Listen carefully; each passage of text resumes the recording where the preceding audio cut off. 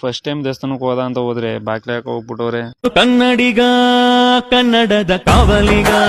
Hi hello ನಮಸ್ಕಾರ ಎಲ್ಲರಿಗೂ ವಿಲಾಕ್ಸ್ ಕನ್ನಡಿಗ ಮಿಲಾಕ್ಸ್ಗೆ ಸ್ವಾಗತ. ನಾನು ನಿಮ್ಮ ಪ್ರೀತಿ ಯಶು. ಇವಾಗ ನಾವು ಹೋಗ್ತಾ ಇದೀವಿ ವಿಘ್ನ ಸಾಯಿ ಟೆಂಪಲ್ ಹತ್ರ.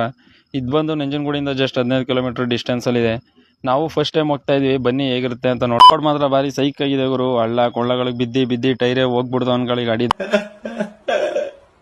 ಮೊದಲನೇದಾಗಿ ನಾವು ಬಂದು ಇನ್ನೇನು ದೇವಸ್ಥಾನದ ಹತ್ರ ಎಂಟ್ರಿ ಅದು ರೋಡ್ದು ಜಾಸ್ತಿ ವಿಡಿಯೋ ಮಾಡಕ್ ಹೋಗ್ಲಿಲ್ಲ. ಮೊದಲನೇದಾಗಿ ಹೊರಗಡೆ ಬಂದು ನೋಡ್ದು ಎಂಟ್ರೆನ್ಸ್ ಮಾತ್ರ ಸಕ್ಕತ್ತಾಗೈತೆ ಅನ್ಕೊಳ್ಳಿ ಹೊರಗಡೆಯಿಂದ ನೋಡಕ್ಕೆ.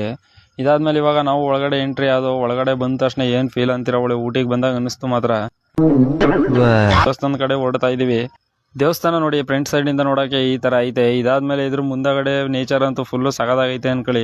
ಫ್ರಂಟ್ ಅಲ್ಲೆಲ್ಲ ನೋಡಿ ಒಳ್ಳೆ ಊಟಿ ತರನೇ ಐತೆ. ಇದಾದ್ಮೇಲೆ ನಾವು ಇವಾಗ ಒಳಗಡೆ ಹೋಗಿ ಎಂಟ್ರಿ ಆದೋ. ಇಲ್ಲಿ ನೋಡಿ ಫುಲ್ಲು ಪೀಸ್ ಆಫ್ ಮೈಂಡ್ ಅನ್ಕೊಳ್ಳಿ. ಇಲ್ಲೇ ಕೂತ್ಕೊಂಡು ಮೆಡಿಟೇಷನ್ ಎಲ್ಲ ಮಾಡ್ಬೋದು. ಹಾಗೆ ಮನ್ಸ್ಕೊ ಒಂಥರ ನೆಮ್ಮದಿ ಅನ್ಕೊಳ್ಳಿ ಈ ತರ ನಿಶಬ್ದವಾಗಿರೋ ಜಾಗದಲ್ಲಿ ಇರಕ್ಕೆ. ಅದಾದ್ಮೇಲೆ ನಾವು ದೇವ್ರ ದರ್ಶನ ಮಾಡೋದ ಅನ್ಕೊಂಡು ಹೋದೋ. ಅಲ್ಲಿ ನೋಡ್ರಿ ದೇವಸ್ಥಾನ ಮುಚ್ಕೊಂಡು ಹೋಗ್ಬಿಟ್ಟವ್ರೆ. ಯಾಕಂತ ಹೇಳಿದ್ರೆ ನಾವು ಯಾವ ಕಡೆನೂ ಇಲ್ದಂಗೆ ಮಧ್ಯಾಹ್ನ ಟೈಮಲ್ಲಿ ಬಂದಿದ್ದೀವಿ.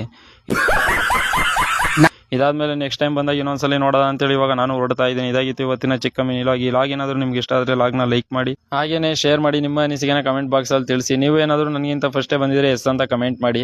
ಹಾಗೇನೆ ಇದೇ ರೀತಿಯ ಹೆಚ್ಚಿನ ಒಳ್ಳೊಳ್ಳೆ ಕಂಟೆಂಟ್ಗಾಗಿ ನಮ್ಮ ಐಡಿನ ಫಾಲೋ ಮಾಡ್ಕೊಳ್ಳಿ. Thank you for all watching.